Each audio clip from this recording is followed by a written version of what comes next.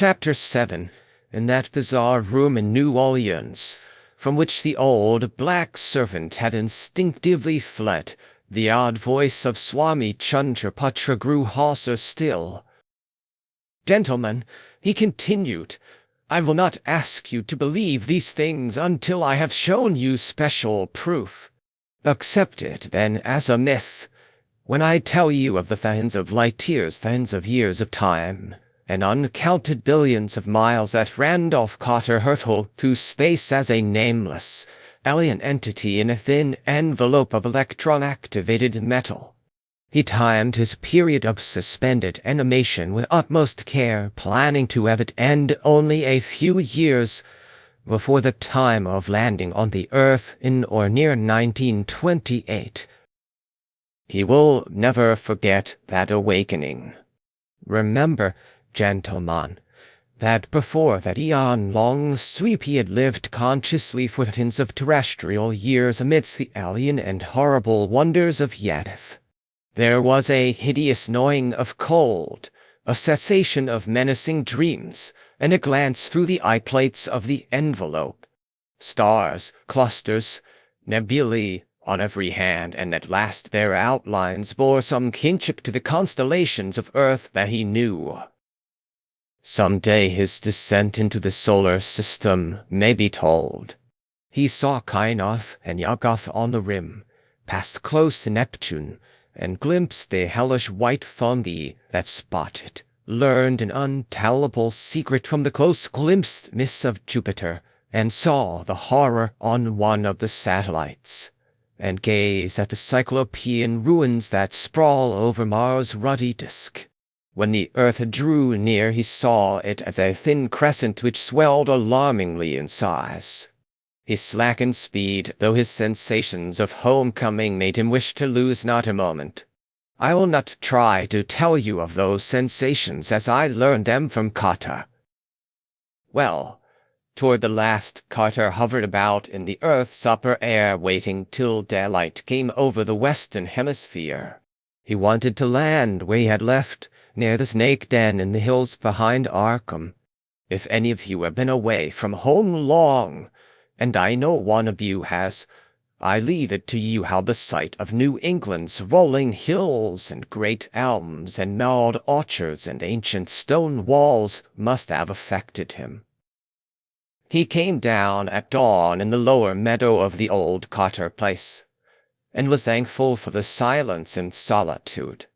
It was autumn, as when he had left, and the smell of the hills was balm to his soul.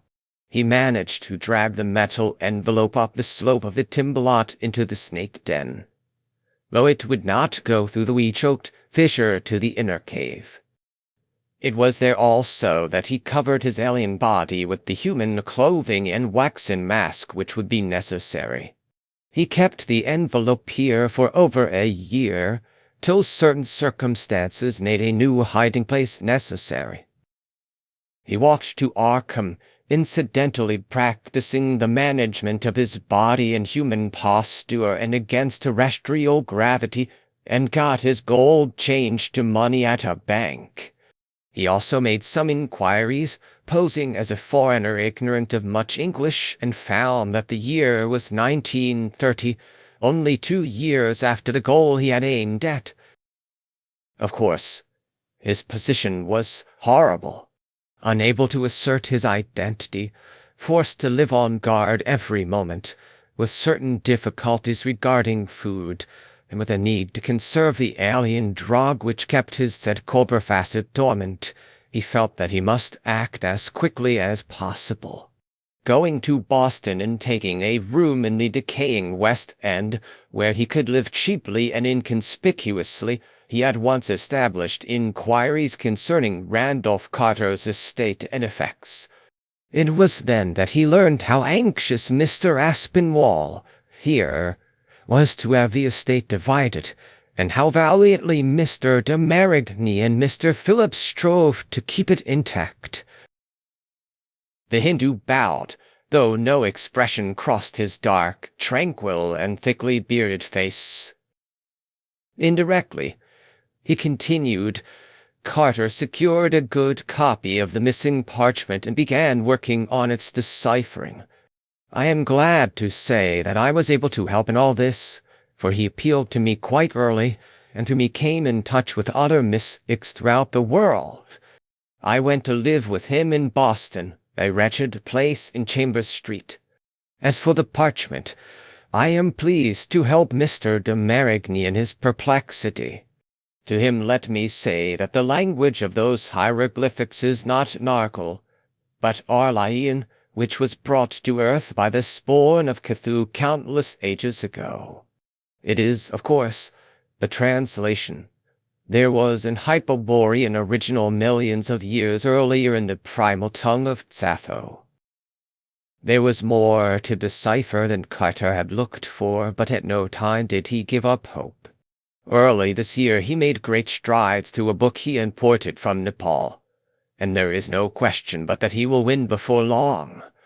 Unfortunately, however, one handicap has developed: the exhaustion of the alien drug which keeps the Z-Corber acid dormant. This is not, however, as great a calamity as was feared. Carter's personality is gaining in the body, and when Z-Corber comes uppermost for shorter and shorter periods, and now only when evoked by some unusual excitement, he is generally 2 days to undo any of Carter's work. He cannot find the metal envelope that would take him back to Yadith, for although he almost did once, Carter hid it in New at a time when the Z-Corber facet was wholly latent. All the harm he has done is to frighten a few people and create certain nightmare rumors among the Poles and Lithuanians of Boston's West End. So far, he has never injured the careful disguise prepared by the Carter facet, though he sometimes throws it off so that parts have to be replaced. I have seen what lies beneath, and it is not good to see. A month ago Carter saw the advertisement of this meeting, and knew that he must act quickly to save his estate. He could not wait to decipher the parchment and resume his human form. Consequently, he deputed me to act for him. Gentlemen, I say to you that Randolph Carter is not dead, that he is temporarily in an anomalous condition, but that within 2 or 3 months at the outside he will be able to appear in proper form and demand the custody of his estate. I am prepared to offer proof if necessary. Therefore, I beg that you will adjourn this meeting for an indefinite period.